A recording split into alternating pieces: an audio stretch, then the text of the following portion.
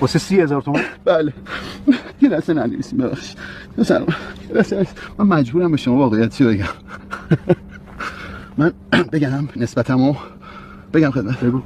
من پسر خاله رئیس پلیس تهرانم.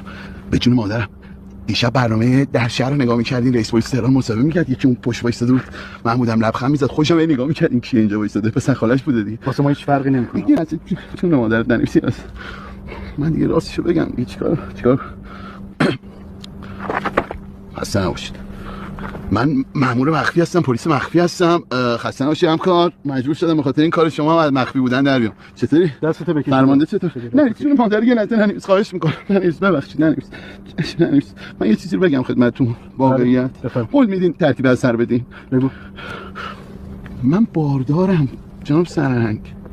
یا دستتون رو لگت میزنه به دست دوخته. جناب ننویس. جناب بابا خدا آدم مرد باردار رو جریمه میکنن. ننویسین. خجالت بکش آقا جناب یه نگاه به قیافه من بکنید اصلا. من آدم نیستم، من شامپانزم. من همین هفته پیش تو باغ وحش بودم، واسه موز مینداختن الا نرداد تو. پفک میدادن میخوردن. بادوم هندی